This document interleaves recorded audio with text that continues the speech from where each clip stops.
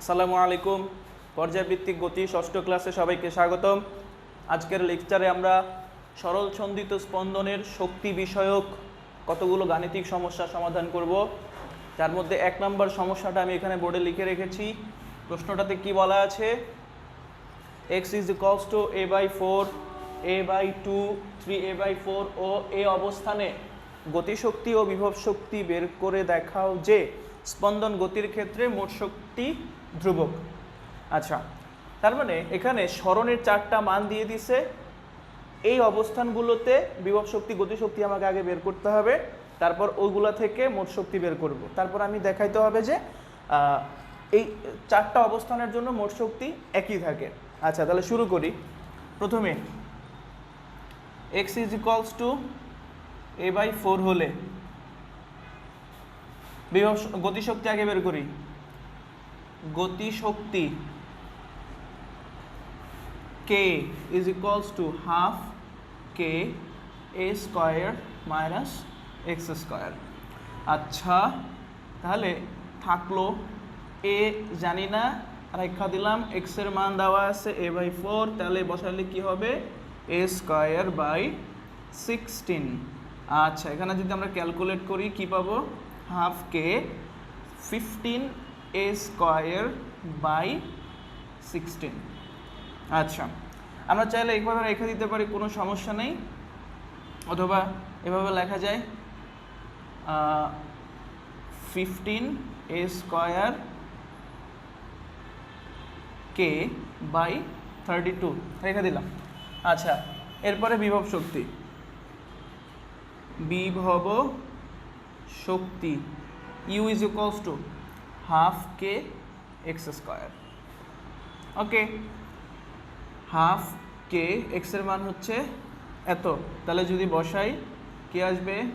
a square by 16। Totally কি আসবে? K a square by 32।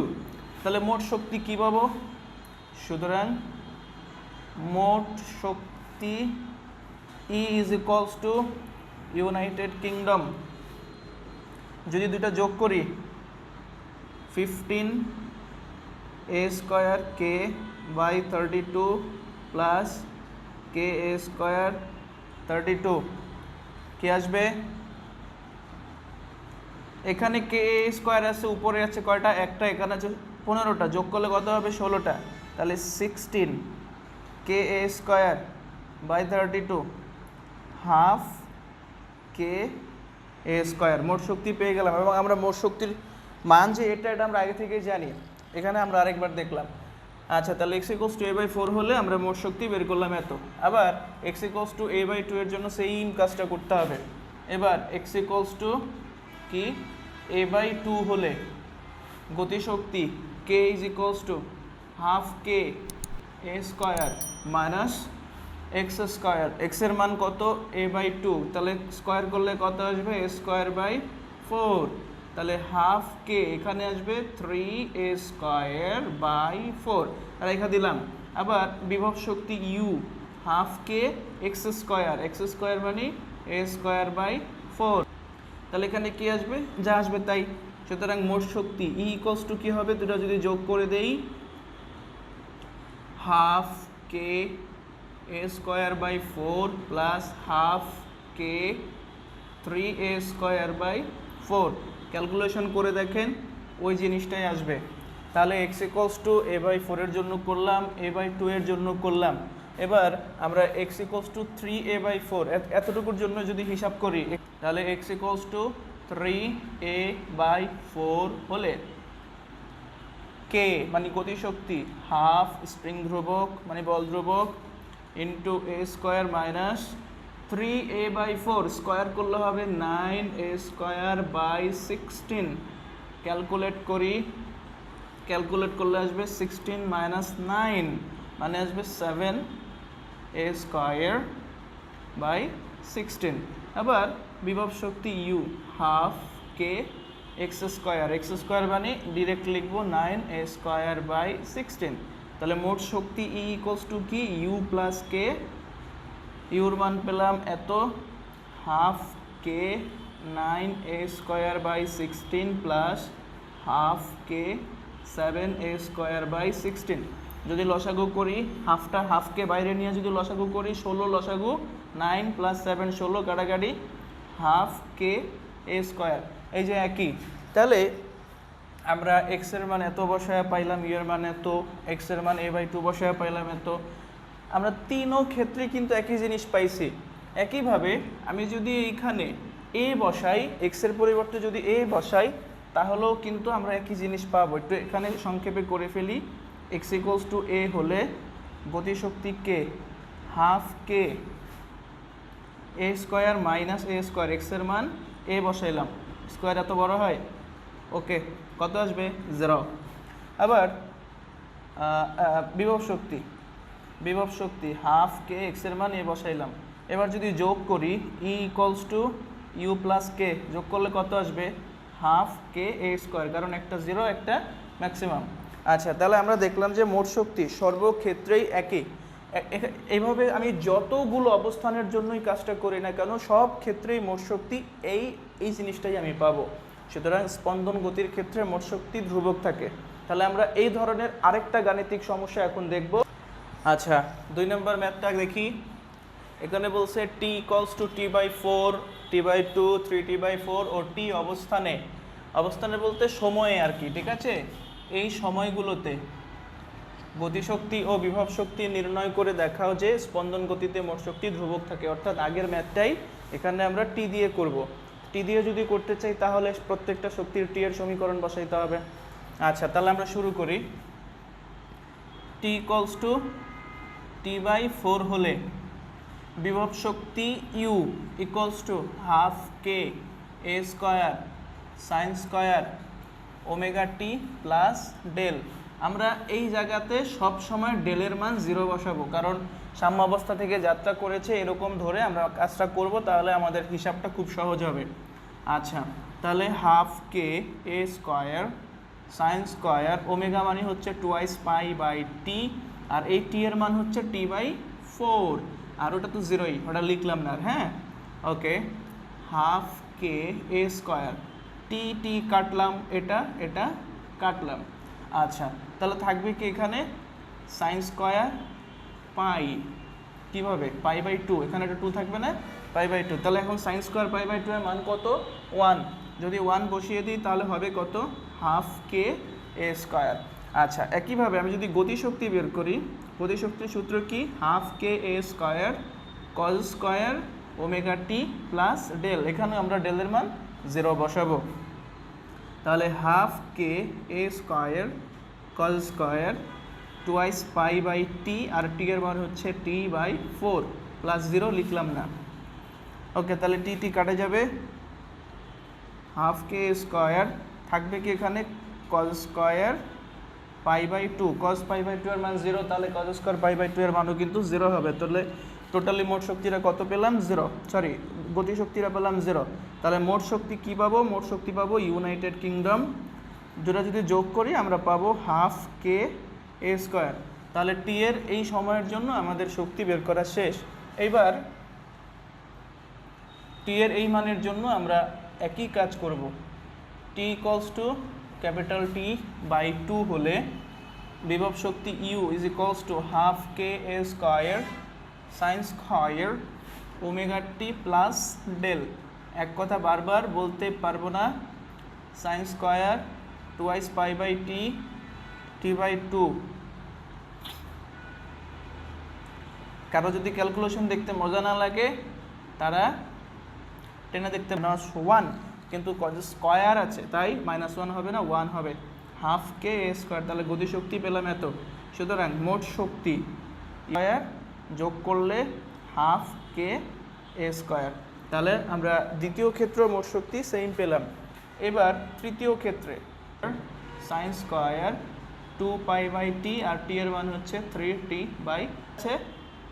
Sorry sin 3/2 এর মান হচ্ছে -1, কিন্তু স্কয়ার আছে ভিতরে। আচ্ছা, তাহলে আমরা এখন গতিশক্তি বের করব। গতিশক্তির সূত্র হাফ কে a² cos² ω/t প্লাস ডাইল। আচ্ছা, t/4 ডেল 0 কাটাছিড়া করেন, দেখেন কি আসবে। আচ্ছা, তাহলে আমরা মোট শক্তি কি পাবো? মোট শক্তি যদি যোগ করি বাই এটাই পাবো। তাহলে এবার বাকি আছে আর কোনটা? এটা। তাহলে টি ইজ ইকুয়ালস টু পর্যায়কাল হলে ইউ কি হবে? Half K A square sine square twice pi by T into t plus del লিখলাম না, সাইন 2 পাই এর মান 0, বিভব শক্তি 0 আসবে।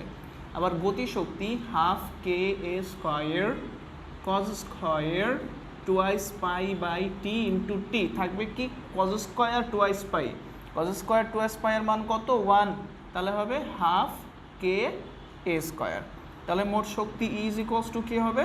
এটাই আসবে, হাফ কে এ স্কোয়ার। অর্থাৎ আমরা এখানে সময়ের 4টা ভিন্ন ভিন্ন মানের জন্য মোট শক্তি বের করে দেখলাম যে ই এর মান হাফ কে এ স্কোয়ার আসে। এখন আমি যে কোনো সময়ের জন্য কাজটা আমরা করতে পারি, এভাবে আপনি হাজার হাজার টি এর মান বসায় বের করে দেখতে পারেন। উভয় ক্ষেত্রে বা প্রত্যেক ক্ষেত্রে আপনি মোট শক্তির এই মানটা পাবেন। তার মানে এই সময়গুলোতেও স্পন্দন গতির যান্ত্রিক শক্তির নিত্যতা নীতি মেনে চলে। তাহলে এখন আমরা আরেকটি গাণিতিক সমস্যা দেখব, এটা খুবই ইম্পর্ট্যান্ট। তাহলে আমাদের 3 নং সমস্যাটা কিভাবে দেওয়া আছে? একটা চিত্র দেওয়া আছে, এই চিত্রটা আমরা সবাই চিনি।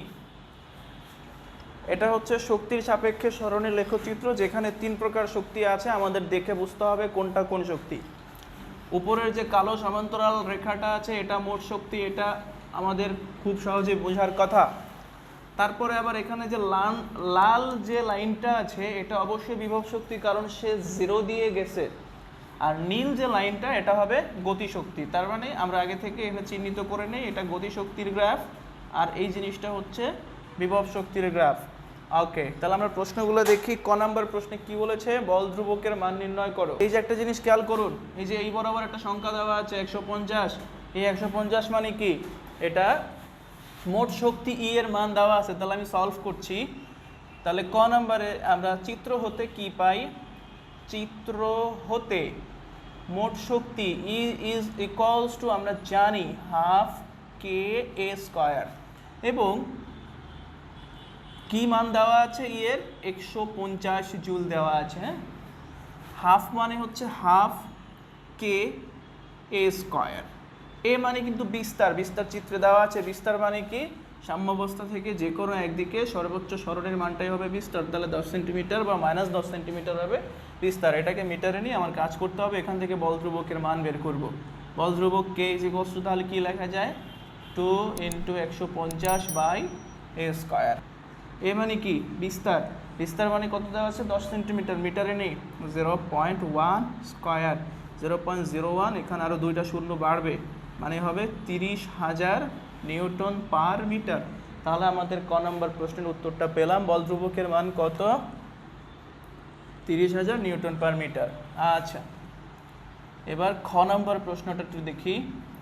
খ নম্বর প্রশ্নে কি বলেছে? পি বিন্দুতে সরণের মান কত? আমাকে একটা বিন্দু দিয়ে দিছে, এই বিন্দু থেকে আমাকে এখান থেকে একটা রস সংগ্রহ করতে হবে। যে রস আমার কাজে লাগবে, রসটা কি? গ্রাফটার প্রকৃতি একটু খেয়াল করি। আমরা যত উপরের দিকে উঠব শক্তির মান তত বাড়তে থাকবে, যত নিচের দিকে নামবো শক্তির মান তত কমতে থাকবে। যত ডানে বা যত বাঁয়ে যাব মূল বিন্দু বা সাম্যাবস্থা থেকে সরণের মান তত বাড়বে। আচ্ছা, তাহলে এখানে পি বিন্দু মানে কি? পি বিন্দু হলো এই এক্স অক্ষ থেকে একটা নির্দিষ্ট উচ্চতা, আবার সাম্যাবস্থা থেকে একটু নির্দিষ্ট ডান বা সরণ বোঝাচ্ছে। তাহলে ওই সরণের মানটা আমাকে বের করতে হবে, অর্থাৎ পি বিন্দুটা ঠিক কতটুকু সাংখ্যিক মান দূরত্বে আছে সেটা বের করতে হবে। কি ব্যবহার করে? এই জায়গাটাতে তার উচ্চতা ব্যবহার করে। এখানে পি বিন্দুর তাৎপর্যটা কি? পি বিন্দুর তাৎপর্য হলো ওই বিন্দু দিয়ে 2টা শক্তির গ্রাফ অতিক্রম করছে, অর্থাৎ গতিশক্তি বিভব শক্তি 2 শক্তির গ্রাফ এই বিন্দুতে ছেদ করছে। এইটার অর্থ হলো ওই বিন্দুতে 2 শক্তির মান সমান। কোন 2 শক্তি? বিভব শক্তি এবং গতিশক্তি। এটাই হলো পি বিন্দুর তাৎপর্য। তাহলে আমরা লিখতে পারি পি বিন্দুতে বিভব শক্তি ইজ ইকুয়ালস টু গতিশক্তি। কেন সমান? কারণ ওই বিন্দুটাতে গতিশক্তির লেখচিত্র যতটুকু উপরে, বিভব শক্তির লেখচিত্র ততটুকুই উপরে, আর যত উপর তত শক্তি। যেহেতু 2টার উচ্চতা ওই বিন্দুতে সমান, তাই 2টার শক্তির মান সমান। তাহলে আমি লিখলাম বিভব শক্তি ইজ ইকুয়ালস টু গতিশক্তি। এবার আমি কি বিভব শক্তি গতিশক্তির সূত্র বসাবো। কোন সূত্র বসাবো? আমাকে সরণের মান বের করতে বলছে, তাহলে এক্স এর সূত্র বসাবো। আমরা বিভব শক্তির সূত্র জানি হাফ কে এক্স স্কোয়ার, গতিশক্তির সূত্র জানি হাফ কে ইন্টু এ স্কোয়ার মাইনাস এক্স স্কোয়ার। তাহলে দেখি হাফকে চলে যাবে, থাকবে এক্স স্কোয়ার, এখানে ডান পাশে থাকবে এ স্কোয়ার মাইনাস এক্স স্কোয়ার। এটা এই পাশে নিয়ে আসি, twice x square is equals two A square, x এর মান আসবে এ বাই √2 প্লাস মাইনাস। আচ্ছা, কিন্তু আমরা এখানে প্লাস মাইনাস দেব না, কারণ এখানে এক্স এর মান প্লাস অর্থ হলো ডান দিকে, মাইনাস অর্থ হলো বাঁ দিকে, কিন্তু পি বিন্দু তো আমাকে নির্দিষ্ট করে দিছে এবং সেটা ডান দিকে, সুতরাং এখানে প্লাস মাইনাস দেওয়ার কোনো দরকার নেই। আচ্ছা, আমরা বুঝি এটা ডান দিকে। এবার এ এর মানটা বসাবো। এর মান কত দেওয়া আছে? 10 সেন্টিমিটার বা 0.1 মিটার, যেভাবে লিখি 10 সেন্টিমিটার যদি লিখি এত, এটাই হবে অ্যান্সার, এত কি সেন্টিমিটার, ঠিক আছে। এবং আগের প্রশ্নের অ্যান্সার ছিল এখানে। আচ্ছা, এরপরে আমাকে গ নম্বর প্রশ্নটাতে কি বলেছে? বলছে ওপি রেখার ঢাল হিসাব করো। ওপি রেখা বলতে কি কিছু আছে এখানে? নাই কিন্তু। তাহলে ওপি রেখাটা আমার আগে তৈরি করতে হবে। কিভাবে তৈরি করব? ও থেকে পি যোগ করব। ও থেকে যদি পি যোগ করি আমি একটা সরল রেখা পাবো। আর আমি আরেকটা কাজ করি, সেটা হচ্ছে পি থেকে এক্স অক্ষের উপর একটা লম্ব আঁকি। লম্ব আঁকলে আমি এই জায়গাটাতে একটা সমকোণী ত্রিভুজ পেলাম। এই সমকোণী ত্রিভুজ থেকে আমি ওপি রেখার ঢাল বের করতে পারবো। আমি এটা ধরলাম থিটা। হ্যাঁ, চিত্রটা আপনারা খাতায় এঁকে নেবেন। আমি দ্বিতীয়বার রাখতে পারতেছি না, এই কারণে আমি উদ্দীপকের চিত্রের মধ্যে কাজ করলাম। তাহলে গ নাম্বারটা, গ নাম্বার চিত্র হতে, আচ্ছা এখানে ধরে নিই এটা কিউ বিন্দু। হ্যাঁ, চিত্র হতে আমরা কি লিখতে পারি? tan theta is equals two লম্ব বাই ভূমি। লম্বটা কত? পি কিউ, ভূমিটা কত? O Q. আচ্ছা, tan থিটা কেন নিলাম? কারণ আমাকে ঢাল বের করতে বলছে। ঢাল মানে tan থিটা। ওকে, তাহলে ঢাল is equals to P Q. P Q বলতে কি বোঝায়? সমকোণী ত্রিভুজের উচ্চতা। আর আমরা গ্রাফের প্রকৃতি থেকে জানি উচ্চতা মানে হলো শক্তি। তাহলে ওই জায়গাটাতে শক্তির মান আমার দরকার। শক্তির মানটা ওখানে কত? আমি কোন শক্তিটা বসাবো? যে কোনো একটা শক্তি আমি ওখানে বসাইতে পারি, কারণ পি বিন্দুতে গতি শক্তি বিভব শক্তির মান কিন্তু একই। তাহলে আমি যে কোনো একটা মান বসাইতে পারি। তাহলে পি কিউ মানে কি? বিভব শক্তি বসাইলাম, বিভব শক্তি। ও কিউ মানে কি? ও কিউ মানে হলো সরণ। কিসের সরণ? পি বিন্দুর সরণ। তাহলে বিভব শক্তির মান আমি বসাই হাফ কে এক্স স্কোয়ার। আর এখানে সরণটা কত? সরণ কিন্তু আমরা আগের ম্যাথে বের করেছি, এ বাই √2। বি বিন্দুর জন্য সরণ এ বাই √2। তাহলে এখন আমরা এখান থেকে যদি কাটাছিড়া করি, আচ্ছা কাটাছিড়া করলে কি পাবো? এক্স স্কোয়ার, ওই জায়গার সরণের মান আমরা জানি হাফ কে এক্স মানে হচ্ছে এ বাই √2, বসাইলে এ স্কোয়ার বাই 2 আসবে, আর নিচে আছে এ বাই √2। দেখুন এ স্কোয়ার বাই √2, এ বাই √2 দুটা কিন্তু একই জিনিসের উপরে স্কোয়ার। তাহলে কাটাকাটি করলে কি আসবে? কাটাছিড়া করলে হাফ কে এ বাই √2। তাহলে যে জিনিসটা আমি পাবো সেটাই হবে ওপি রেখার ঢাল। আপনি চাইলে মানও বসাই দিতে পারেন, না চাইলে তো নাই, ঠিক আছে। তাহলে আমরা ওপি রেখার ঢালটা বের করলাম। এখন এই গ্রাফটা দিয়ে প্রায় উদ্দীপক আসে, আবার অন্যান্য গ্রাফও আছে, সময়ের সাথে যে শক্তির গ্রাফ আছে ওখান থেকে উদ্দীপক আসে। তাহলে আজকে যে ম্যাথগুলো করলাম এই টাইপের মধ্যেই ঘুরে ফিরে প্রশ্ন থাকে। তাহলে সরল সঞ্চিত স্পন্দনের ক্ষেত্রে শক্তির যে গ্রাফ বা গাণিতিক সমস্যাগুলো, ওইগুলো আপনারা নিজের বইয়ের উদাহরণ আছে কিংবা বইয়ের যেখানে টপিকটা আলোচনা করা আছে সেখানেও অনেকগুলো ম্যাথমেটিক্যাল মানে এক্সপ্রেশন দেওয়া আছে বা হিসাব দেওয়া আছে, ওগুলো আপনারা নিজ দায়িত্বে করে নেবেন। খুব সহজে এটার প্রিপারেশন আপনারা নিতে পারবেন। তাহলে আজকের ক্লাস আমাদের এই পর্যন্তই। ধন্যবাদ সবাইকে।